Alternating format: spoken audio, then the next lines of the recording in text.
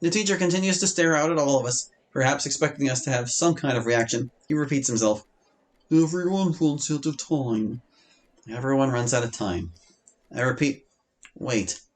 The clock's ticking seems to get louder, beginning to rival the students' chatter. The words of a certain conversation seem to cut through the rest of the prattling. Dude, he definitely tried something. She confessed to it and everything. These words send a ping of paranoia throughout my mind, which I try to quietly strangle by flooding my mind with inconsequential thoughts. Your youth isn't forever. The teacher says this louder than before, and with a renewed fervor. Oh, you spelled fervor right that time. The ticking of the clock gets louder, dominating the sound in the room. That means you too. I know. Everyone runs out of time. I know that. Have you had enough time? That's... The clock ticks. Tick-tock, tick-tock, tick-tock, tick-tock, tick-tock, tick-tock. I stand up and walk over to the students talking about me. They don't acknowledge me and continue on. She was crying and shaking as she confessed. No one's been able to get the guy's identity out of her, even now, but... it makes me sick just trying to imagine what he did to her.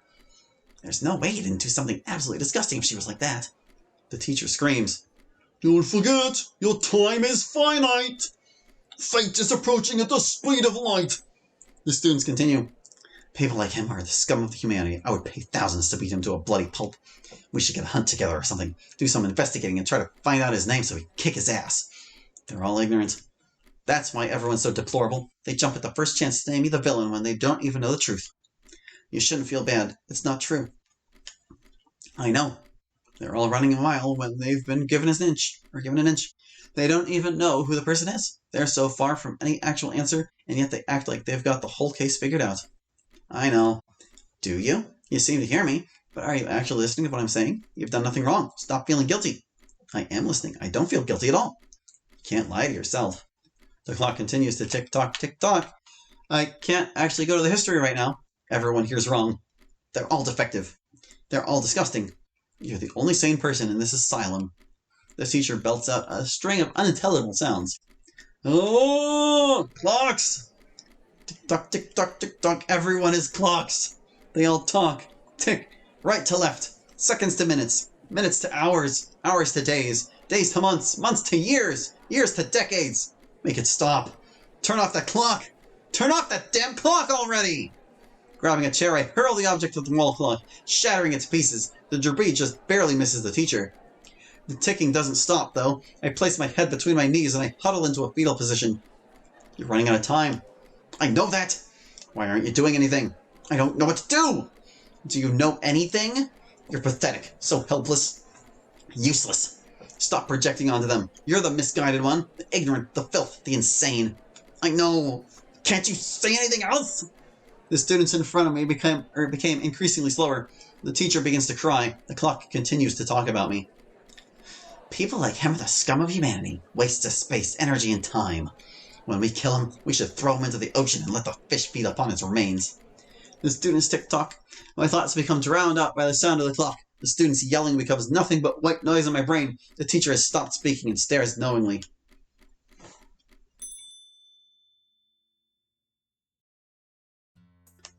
The school bell rings, signaling the end of the school day. Our teacher finishes up his speech with "Have a nice day," and the students begin to pack up their belongings and make their way out of the room. Meanwhile, I sit idly and wait for her to show up. The door of the room opens and a girl walks inside. Her hair sways left and right as she scans the room. The students push past her without much regard.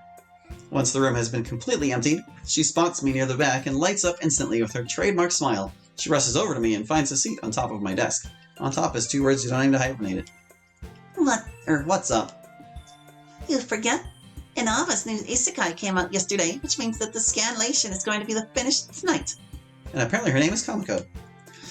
Oh, you're right. I had totally forgotten. Let's hurry up to my place then. I throw myself out of my chair and pick up my bag, hurriedly rushing out of the class with her in tow. The scans of art in IG were really good. He sure knows how to draw cute girls. Mr. Inaba was an AH artist? An-H artist, I guess it would be in this case. Remember, I'd hope he's good at drawing chicks. His dudes, though. Yeah, Tatsuya had giant biceps and a girl's figure in the beginning of Tensei. I'm not sure how he got so far in the hentai field without knowing how to draw guys. He mostly drew Shota's or Yuri's stuff to avoid having to draw them. At least they got a lot better near the end, but they still look goofy sometimes. It was hard to take the final scene seriously when... Tatsuya's right arm was twice the size of his left. Uh-huh. Like, the rest of the panel was beautifully drawn, but then there's just his arm tumor. It's admirable how he keeps trying, though. He could have taken the easy route and drawn girl-only stuff. Something like Parfait Girls. I think this new series is more lighthearted than Tensei, but I doubt he'll ever completely shift over to stuff like that. He seems to get his kicks from writing tragedies. As the two of us step out into the school's courtyard, we find that a fair share of students are still lurking around.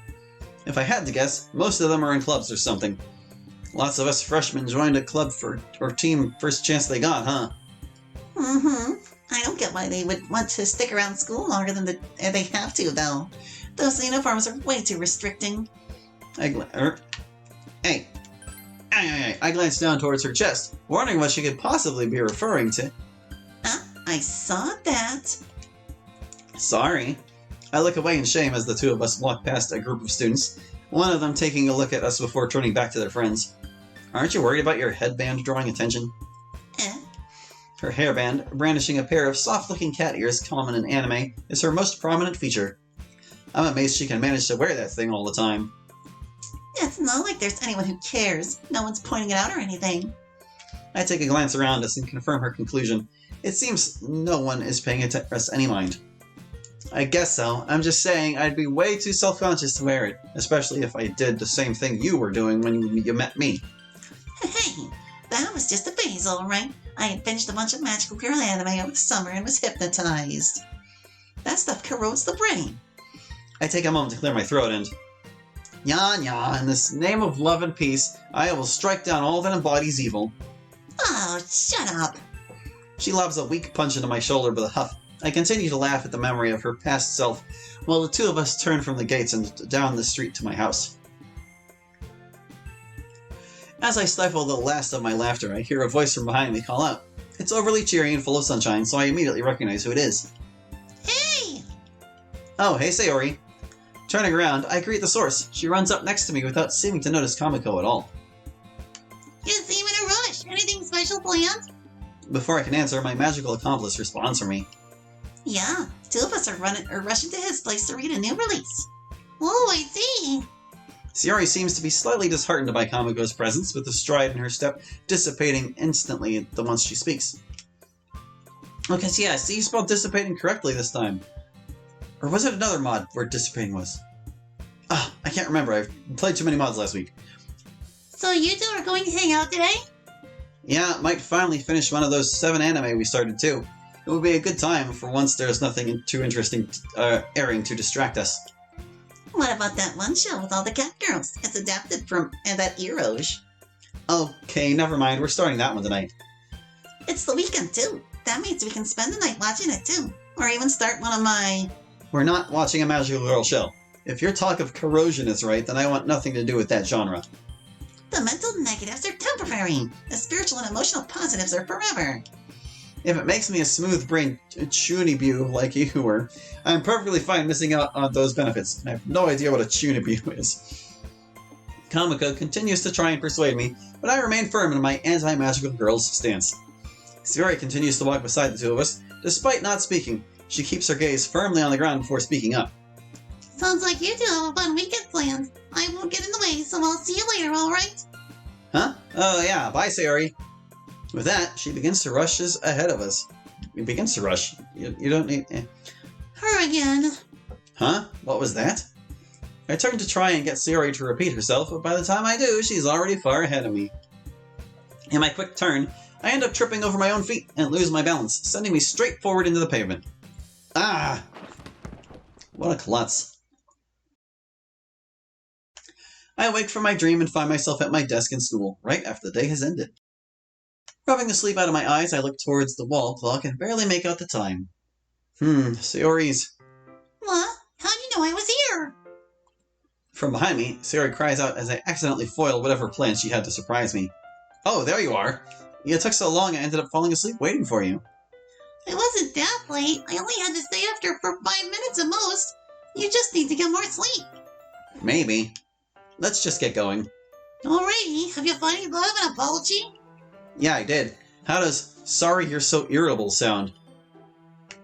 Oh, your real apology better be much better than that. I know. That was honestly the best I could think of.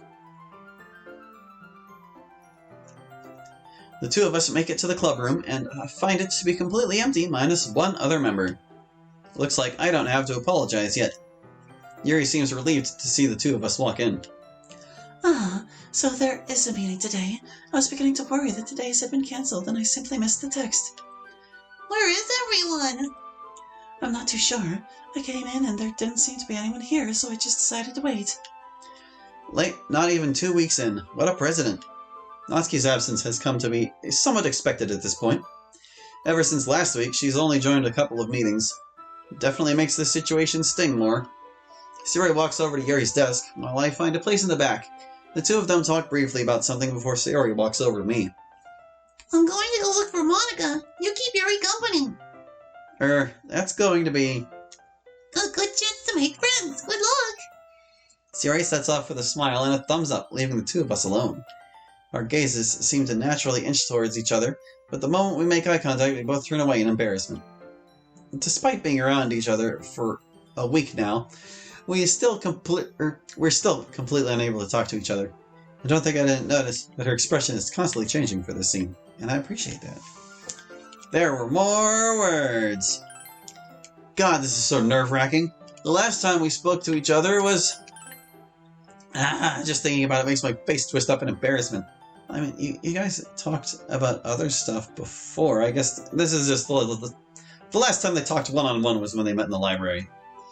The two of us continuously go in to make a conversation, but chicken out the moment we realize we're looking at each other. I begin to worry that this will go on until Sayori returns, but Yuri manages to break the curse and say something. So, we haven't spoken privately in a while? Yeah, we haven't. Guess we've been too busy with club activities. I hope Monica turns up soon, or else we'll need to cancel today's meeting. She's probably fine. Might have just gotten caught up by some friends. Kill me now. Everything the two of us say feels extremely forced and robotic, each of us simply ping-ponging off what was said right before. It's almost as bad as the excruciating silence we were before, yet neither of us stopped the conversation. Or maybe even some paperwork for the club. I'm not terribly sure what work needs to go in, but I'd imagine it's quite a bit. She did make me carry around and deliver a bunch of papers when I was helping her set up. Don't need a hyphen there. I can only imagine the hell they put active clubs through. The elephant in the room only grows bigger and bigger with each passing word. If I don't take the time to apologize now, I worry that the elephant will grow big enough to suffocate me every time I'm near Yuri. I stand up and walk over towards Yuri's desk, placing a hand on the corner. Alright. 4, 3, 2, 1... Hey, I'm really sorry about that time in the library. I had a lot on my mind and I was in a weird day state, and I swear I wasn't trying to hit on you or anything.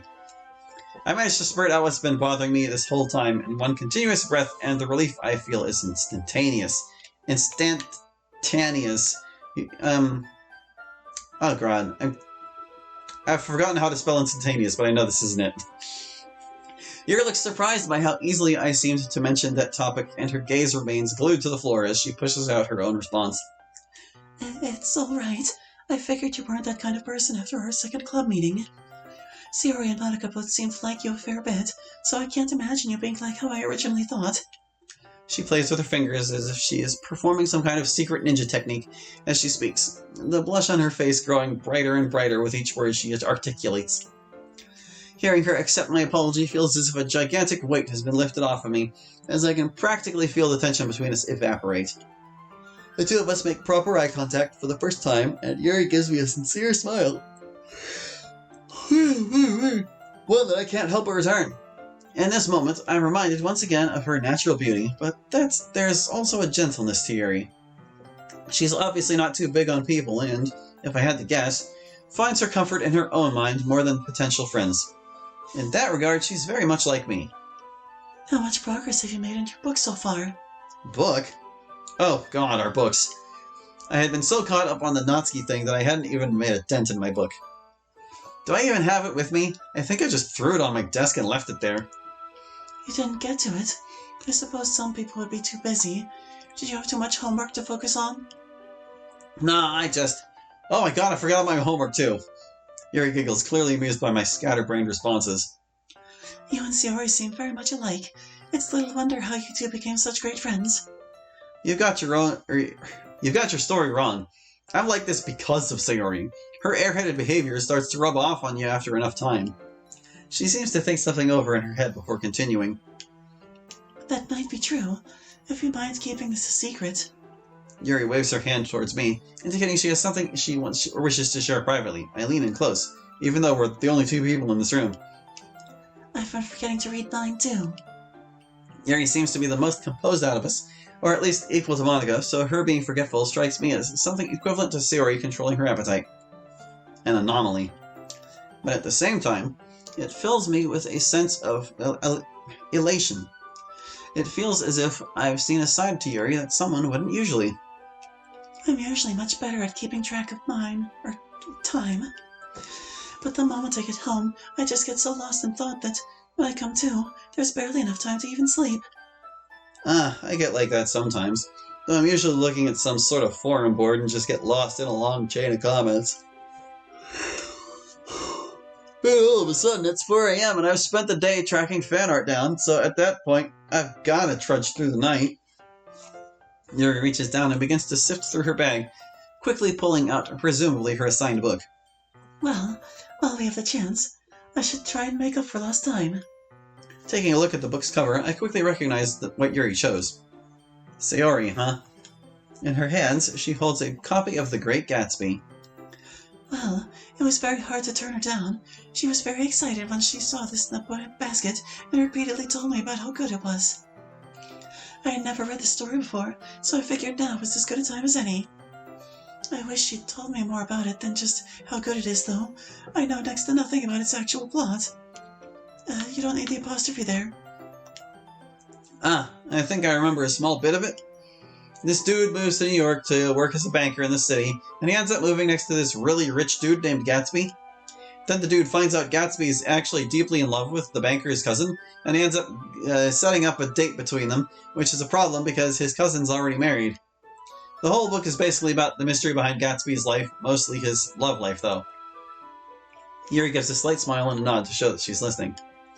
Seeing that winning smile of her encourages me to continue on, even if I've already explained the gist of the story. The book's got a lot of symbolic stuff too, like the prominent use of the color yellow to symbolize the optimistic presence Gatsby gives off. Or how the weather is always foreshadowing the state of the characters, especially during the big confrontation between Tom and Gatsby during the... It's around then that I realized I've said much more than I needed to, and slowly silence myself. So, yeah, it's a good book, I think. It must be to arise such a frenzy out of you. No, you've got me all wrong. I was just trying to sound smart is all. I don't think it's as simple as that. Last week, when you said you weren't much of a reader, I found it a bit strange you would agree to join a club like this. But when you got talking just now, I think it's pretty clear you have the same amount of interest in storytelling as the rest of us. Perhaps you just didn't realize it yourself? No, I swear it isn't all that deep. I'm not some super analytic reader. I didn't even catch any of those things until the teacher pointed them out. And yet you remembered them. Those storytelling devices must have had some sort of impression on you, right? I guess. Yuri seems to realize how flustered I am and starts to nervously laugh herself. I'm sorry. It's just, you reminded me a small bit of myself. It made me sort of happy. Huh? Nothing. Never mind. Just forget what I said. Yuri turns away and puts all her focus towards her books, shutting down any possible conversation. Still slightly confused, I decide to let go of what she said let go of what she said, go and reach into my pocket for my phone. I think a word is missing there. Or maybe a comma, or both. As I begin to pull it out, a slight pang of thirst strikes me, and I decide to go buy something from the vending machines. Yuri looks up and notices me leaving. I'm going to get something to drink from the machines. You want something? No, but thanks for asking.